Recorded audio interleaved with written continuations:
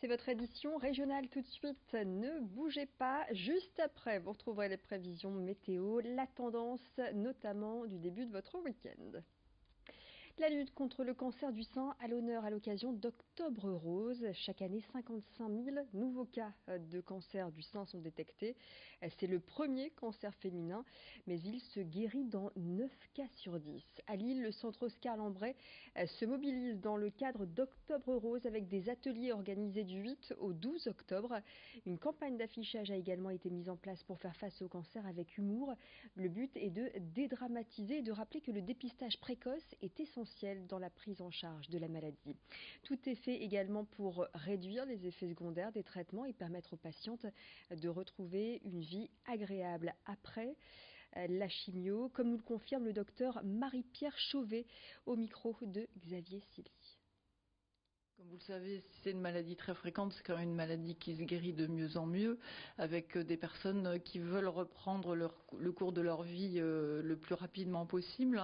Et donc au centre Oscar Lambret, on a une forte sensibilité par rapport à cette problématique et à cette façon d'aborder les choses, en proposant des consultations regroupées sur une journée où les patientes peuvent voir l'ensemble des intervenants pour éviter des déplacements lorsqu'elles viennent de l'autre bout de la région, et puis d'organiser des séjours les plus courts possibles à l'hôpital, que ce soit pour la chirurgie, mais aussi pour les séances de chimiothérapie quand elles en ont besoin, pour qu'elles puissent reprendre leur vie normale le plus rapidement et dans les meilleures conditions possibles.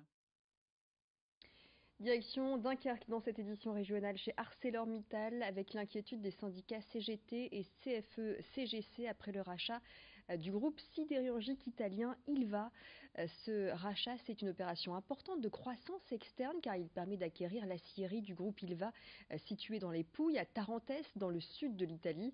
Elle produit actuellement 6 millions de tonnes d'acier par an et la production pourrait grimper jusqu'à 10 millions de tonnes annuelles, soit 3,5 millions de plus qu'à Dunkerque.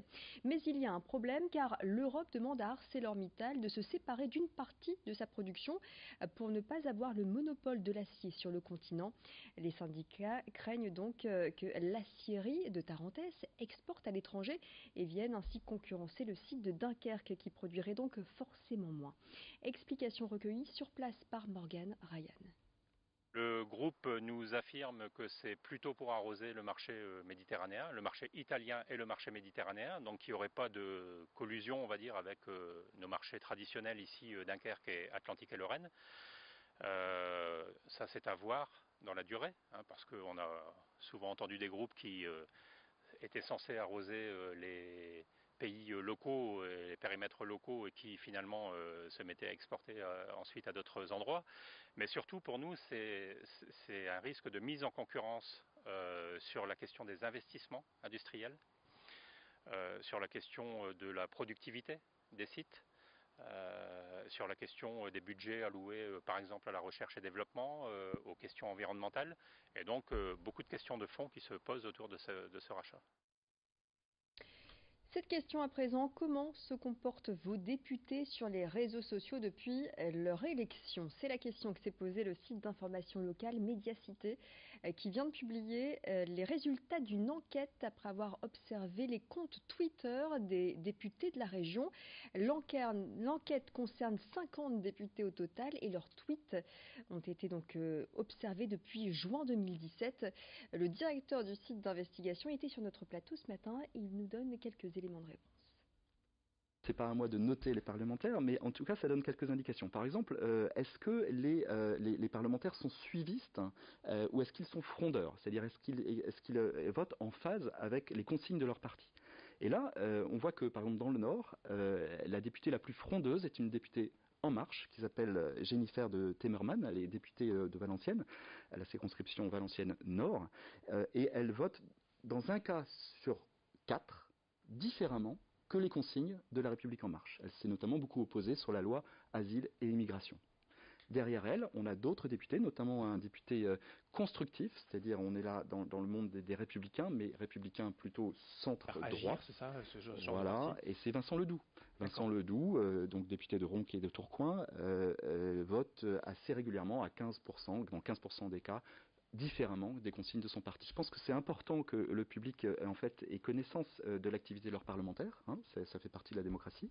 Inversement, des frondeurs, on peut voir les députés les plus disciplinés ou moutonniers comme vous voudrez, et donc là, sans surprise, ce sont les deux députés de la France Insoumise, Adrien Quatennens et Ugo Bernalicis, qui votent systématiquement comme leur parti, la France Insoumise, leur demande de voter. Et vous retrouvez les résultats de l'enquête, résultats complets sur mediacité.fr. Et puis, au Touquet, une vidéo n'en finit pas de faire réagir sur les réseaux sociaux. On y voit un groupe d'ados, et parmi eux, un garçon âgé de 13 ans, au langage peu châtié, cigarette à la bouche. Le résumé avec Xavier Silly. Le sujet suscite la polémique en France. On vous parle de cette vidéo tournée en août dernier dans la région et vue des millions de fois sur Internet. Ça crée le buzz. On y voit un jeune rappeur de 13-14 ans au marché couvert du Touquet et il est en pleine prestation devant une dizaine de personnes. L'attitude est désinvolte, lunettes de soleil posées négligemment sur le nez, vêtu d'un jogging. Ce jeune, dont le nom de scène serait Canoë, fume, il parle de sexe et profère d'ailleurs quelques insultes au passage. Tout de suite, je vous propose de découvrir les images.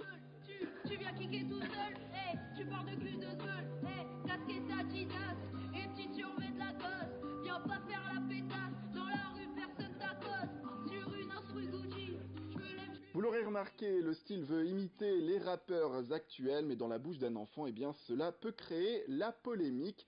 Il y en a qui le soutiennent, ce jeune Canoë, tandis que d'autres veulent montrer leur inquiétude. Parmi les supporters, on a le footballeur champion du monde Ousmane Dembélé qui a liké pour sa part la vidéo, tandis que le rappeur Vald, lui, est davantage dans la réprimande. Il l'affirme, vous allez le voir sur le tweet qui va s'afficher. Tu m'éteins cette cigarette tout de suite. D'autres anonymes soutiennent Canoë. On vante sa capacité à rapper à un si jeune âge. D'autres affirment qu'il n'y a d'ailleurs pas d'âge pour se lancer dans le rap.